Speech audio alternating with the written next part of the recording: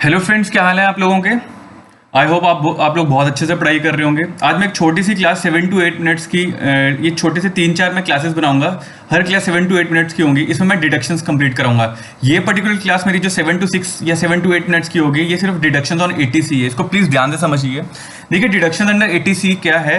जो भी इंसान अपने साल में जितनी टोटल इनकम कमाता है, अगर मैं प्रीवियस ईयर 19-20 की बात करता हूँ, उस टोटल इनकम के बाद उसको सीबीडीटी द्वारा कहा जाता है कि तू इन पर्टिकुलर जगहों पे अगर इन्वेस्ट करेगा पैसा, तो तू वो पैसा अपनी इनकम में से माइनस कर सकता है।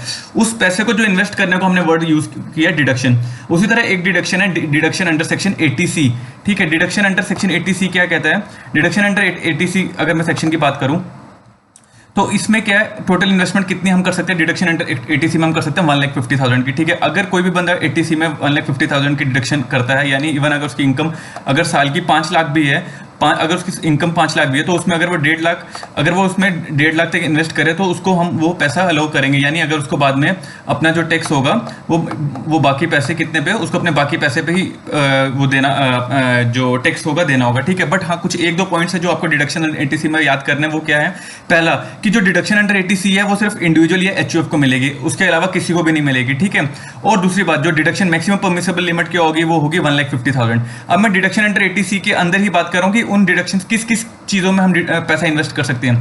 पहली बात आती है एलआईसी, लाइफ इंश्योरेंस पॉलिसी का नाम सबने सुना होगा। एलआईसी का नाम सबने सुना होगा। एलआईसी में अगर आप पैसा इन्वेस्ट करते हैं तो आप उसमें डिडक्शन ले सकते हैं, बट कितना पैसा, 1,50,000। ठीक है, बट कुछ पॉइंट्स आपको रिमेंबर क्या करने का था। जो पॉइंट्स कहता है, premium should be paid only on the life of individual. मतलब अगर मैं अपनी इनकम पे टैक्स दे रहा हूं, तो मैं जो एलआईसी होगा मैं अपने नाम पे इन्वेस्ट कर सकता हूं, अपनी बीवी के नाम पे इन्वेस्ट कर सकता हूं, अपने बच्चों के नाम पे इन्वेस्ट कर सकता हूं, माइनर या मेजर। मतलब अगर मैंने 5 लाख रुपए की अगर मेरी ग्रॉस टोटल इनकम है और उसमें अगर मैंने 1,50,000 इवन अपने माइनर बेटे के नाम पे जमा करवाया हुआ, तो तब भी डिडक्शन मैं ले सकता हूं इस चीज की।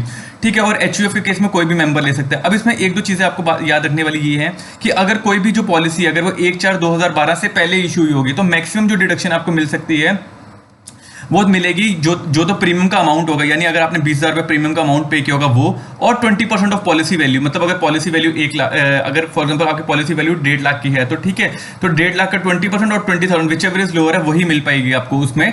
किसके केस में डिडक्शन, अगर पॉलिसी 1/4/2012 से पहले इशू हुई है। अगर पॉलिसी 1/4/2012 या उसके बाद इशू हुई है, तो जो मैक्सिमम डिडक्शन होगी वो आपको मिलेगी 10% ऑफ द पॉलिसी और premium paid which ever is lower. ये याद रखना कि कितना आपको डिडक्शन इस पर्टिकुलर प्रीमियम में अलो हो सकता है। ठीक है, अगली बात हम करते हैं कि अगर जो पॉलिसी है, पॉलिसी अगर जो इशू हुई है वो हुई है 1/4/2013, 1/4/2013 या उसके बाद, बट किस लोगों के लिए, जो 80DDB, जो कुछ उनको डिसेबिलिटी कोई प्रॉब्लम है, उनको हेल्थ प्रॉब्लम्स है, उनके लिए।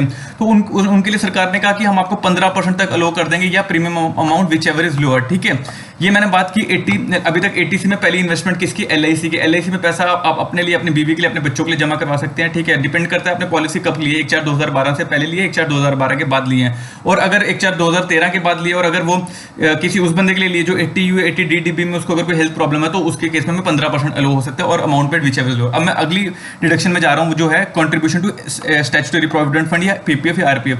देखो, मैं अपनी बीवी, अपने बच्चों के नाम पे अगर पीपीएफ करवाता हूँ 1.5 लाख रुपए तक, तो मैं इन्वेस्टमेंट ले सकता हूँ। वही बात लिख रहा है, कहता है any contribution made in the SPF, PPF और RPF can be made in the name of individual, his spouse और चाइल्ड। ठीक है, मैक्सिमम डिडक्शन कितनी मिलेगी, 1.5 लाख रुपया।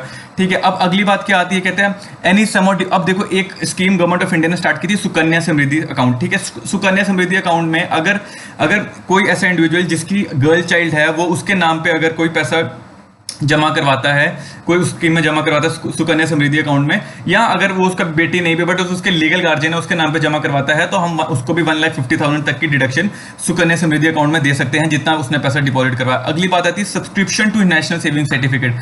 देखो, एनएससी हर गवर्नमेंट इशू करती रहती है टाइम टू टाइम। ठीक है, गवर्नमेंट सर्टिफिकेट 1959 एक्ट के हिसाब से।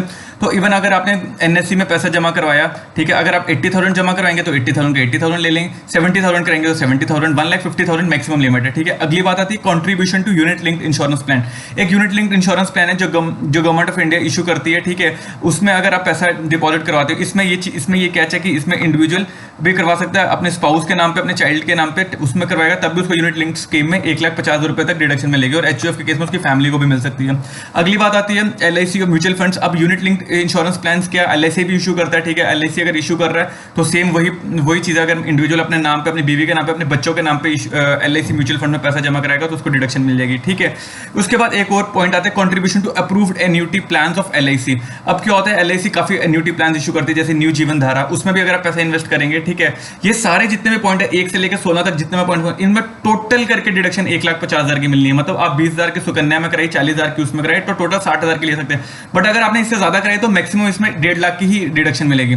अगली बात आती है सब्सक्रिप्शन टू नोटिफाइड यूनिट। अब बहुत बार क्या होता है म्यूचुअल फंड्स में या UTI में आप पैसा लगाते हैं, तो बिल्कुल आप किसी भी कंपनी के नोटिफाइड UTI या म्यूचुअल फंड्स खरीदेंगे तो 1.5 लाख रुपए तक अगर आप खरीदते हैं तो आप 80C में उसमें डिडक्शन ले सकते हैं, ठीक है। और अगर कोई स्पेसिफिकली कोई नोटिफाइड पेंशन फंड जो म्यूचुअल फंड की UTI इशू कर रहे हैं, उसमें भी अगर पेंशन फंड में पैसा लगाएंगे तो आप 1.5 लाख तक उसमें पैसे को यूज कर सकते हैं। अगली बात आती है contribution to national housing bank. अब होता क्या, एक टैक्स सेविंग स्कीम होती है, ठीक है, नेशनल हाउसिंग बैंक करके वो नाम है, उसमें अगर आप पैसा जमा कराते हैं तो भी आपको डिडक्शन मिल जाएगी। ये टर्म डिपॉजिट स्कीम है 2008 की, जो हाउसिंग्स को प्रमोट करने के लिए निकाली गई थी, तो उसमें भी आप पैसा जमा करवाते हैं तो उसमें भी आपको डिडक्शन मिल सकती है। अगली चीज आती है subscription to notified deposit schemes, ठीक है। कुछ नोटिफाइड डिपॉजिट स्कीम है, जैसे कोई पब्लिक सेक्टर कंपनी है, वो अगर एंगेज करती है लॉन्ग टर्म कंस्ट्रक्शन में, और अगर वो कोई डिपॉजिट इशू कर रही है, आप उसमें पैसा इन्वेस्ट करें, या कोई ऐसी government of India time to time कोई डिपॉजिट स्कीम इशू कर रही है, उसमें अगर कोई पब्लिक डिपॉजिट स्कीम में अगर आप पैसा जमा करवाते हैं, बट वो नोटिफाइड होनी चाहिए और वो लिखा होना चाहिए कि this particular scheme is this amount is allowed under section 80C, ठीक है। ये subscription to notified deposit scheme है। अगली बात आती है payment to tuition fees to of any university, college, school और others education institution within India for full time education for maximum 2 children. यानी अगर कोई इंसान अपने बच्चों के लिए मैक्सिमम 2 चिल्ड्रंस के लिए अगर पैसा स्कूल की ट्यूशन फीस में अगर जमा करवाता है, बट वो रिकॉग्नाइज स्कूल होना चाहिए, एजुकेशन इंस्टीट्यूशन होना चाहिए, ठीक है। बट हाँ, वो फुल टाइम एजुकेशन होनी चाहिए। पार्ट टाइम एजुकेशन के लिए पैसा इन्वेस्ट करे तो 80C में नहीं मिलेगा और मैक्सिमम 2 बच्चों के लिए मिलेगा, ठीक है। अगली चीज आती है रीपेमेंट ऑफ हाउसिंग लोन। अब हाउसिंग लोन का प्रिंसिपल की रीपेमेंट करते हैं, उसकी भी डिडक्शन आप ले सकते हैं 80C में, और उसके साथ साथ आप स्टैम्प ड्यूटी, रजिस्ट्रेशन फी और अदर एक्सपेंसेस भी उसकी डिडक्शन मिलेगा। इंटरेस्ट पार्ट की डिडक्शन 80C में नहीं मिलती है। मेरे को बहुत क्यूरियस आ रही है, 80C की डिडक्शन नहीं मिलती इंटरेस्ट पार्ट की, ठीक है। मैं किसी फिक्स डिपॉजिट में जमा करवाता हूँ, 14 पॉइंट की बात करूँ, 14 पॉइंट की बात करूँ, अगर मैं किसी फिक्स डिपॉजिट स्कीम में जमा कराता हूँ पैसा, बट हाँ उसके टेन्योर 5 ईयर्स का होना चाहिए मिनिमम, और वो टैक्स सेविंग स्कीम में होनी चाहिए, तो आप जितना अमाउंट इन्वेस्ट करेंगे आप उसकी डिडक्शन ले सकते हैं, ठीक है। उसके बाद अगली बात आती है सब्सक्रिप्शन टू नोटिफाइड बॉन्ड। अब नबार्ड एक गवर्नमेंट ऑफ इंडिया की एक ऑर्गेनाइजेशन है, जैसे RBI वगैरह, वैसे एक नबार्ड बनाई गई है, ठीक है। उसके अगर वो कोई बॉन्ड्स इशू करते हैं और उसमें आप पैसा लगाते हैं तो उसके इन्वेस्टमेंट में आप 80C की डिडक्शन ले सकते हैं। उसके बाद पहले मैंने बात की कि जो फिक्स डिपॉजिट सिर्फ बैंक में ली वो 5 ईयर्स के लिए, तब आप डिडक्शन ले सकते हैं। आप अगर पोस्ट ऑफिस की किसी फिक्स डिपॉजिट स्कीम में मिनिमम 5 ईयर्स की इन्वेस्ट करते हैं, वहां पे भी आप डिडक्शन ले सकते हैं। उसके साथ साथ इन्वेस्टमेंट इन सीनियर सिटीजन स्कीम में अगर पैसा लगाते हैं वहां भी डिडक्शन ले सकते हैं। और एक न्यू पेंशन स्कीम है, ये नया स्टार्ट की गई है गवर्नमेंट ऑफ इंडिया, आप उसमें भी अगर पैसा इन्वेस्ट करते हैं तो आप डिडक्शन ले सकते हैं, ठीक है।